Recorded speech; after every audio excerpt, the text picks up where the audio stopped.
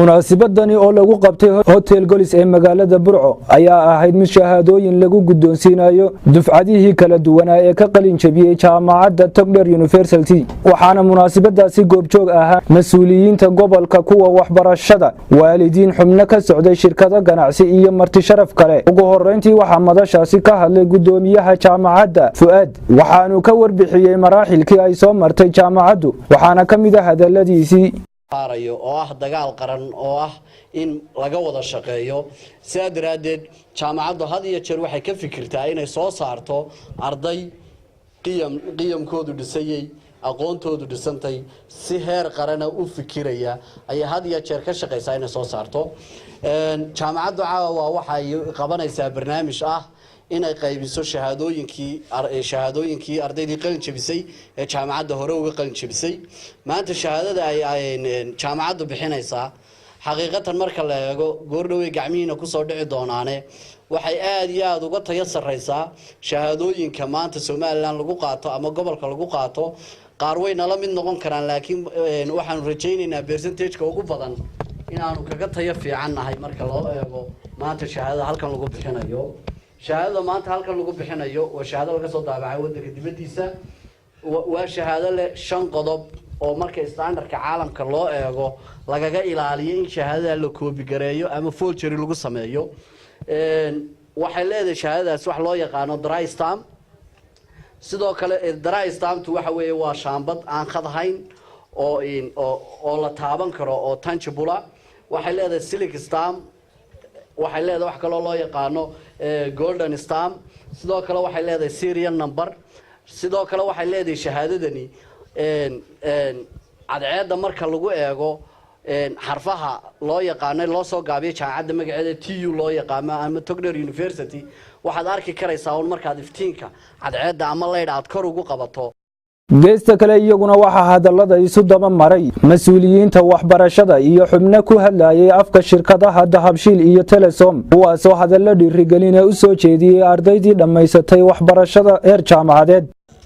waxa aad iyo aad hadaan nahay wasaaradda waxbarashada farxad weyn noo ah arday dhamaystay jaamacad ama heer kasto tacliineed inaanu kala qayb galno farxadiisa mutaystay inuu heer dhamaysto oo ku qaato shahaado sida awgeed marka hore waxaan bogaadinayaa oo hambalyeynaya ardayda caawa halkan ka qalin jabinaysa dhamaantiin waxa la ilaahay haydin barakeeyo aqoonta barateen ugu horeyn waxa qaadanaysa caawa shahaado laakiin waxaan filayaa aqoonteedii oo mar horeba inaad la haydeen laakiin caawa unaad qaadanaysaan yani shahaadadii oo qura shahaadada aad qaadanaysaani waxaan jeclahay runtii shahaadadaasi ama ardayda togdheer ka baxday inay noqdaan yani iftiin ka duwan ama aragti ahaan iyo aqoon ahaanba ka duwan iyo akhlaaq ahaanba ka duwan ardayda kale ee jaamacadaha gobolka ka baxa samirkii aad ku soo samirteen inay halkan soo gaadhaan waxaa jirta oo aanu sidan waxbarashadaba iyo iskuulaadka iyo lagu soo qaato jaamacado aanu ka mid ahayn in ardaydu marka hore ay soo camiraan jaamacadaha iyo waxbarashadaba laakiin marka kale lagu kala hadho safarka dheer ina intan ka badnaydeen baa laga yaabaa laakiin intiina baa caawa nasiibka u heshay in halkan soo gaadho shirkadahan telesom waxaanu idin leenahay hambaliyo waan idinku ducaynaynaa sidaa laydin sheegayna ha ku degdegina ina markiiba shahaadooyinkiina soo qaadatoona opportunity-kiina aad heshaan ilaahay intuu u qoray way helaysaa qaar jaamacadihii ku jira ayaa shirkado u shaqaynaya kambaniya u shaqaynaya hay-ada iyo u shaqaynaya dowladdan u shaqaynaya ugu dambeyntii waxaa madashaasi soo afmeeray gudoomiyaha gobolka Togdher Xamse Maxamed Cabdi aqoontu qofku horta marka hore inuu wax barto oo aqoon yahan uu noqdo waa muhiim laakiin aqoontu maxay u baahan tahay aqoontu waxay u baahan tahay maaha intaad wax barato dabadna shahaadadii qaadato dabadna aad halkan dhigtaa tiraahdo aqoon yahan baanay aqoontu waxay u baahan tahay hal abuurnimo waxay u baahan tahay akhlaaq bay u baahan tahay waxay u baahan tahay in grade-ka aad qaadatay aad ku fikirto inaad hore uga sii socoto sidaa daraadeed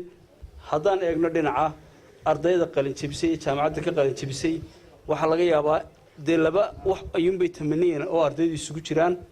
qaar raba aqoonta imika ay barteen inay ku shaqo tagaan iyo qaar raba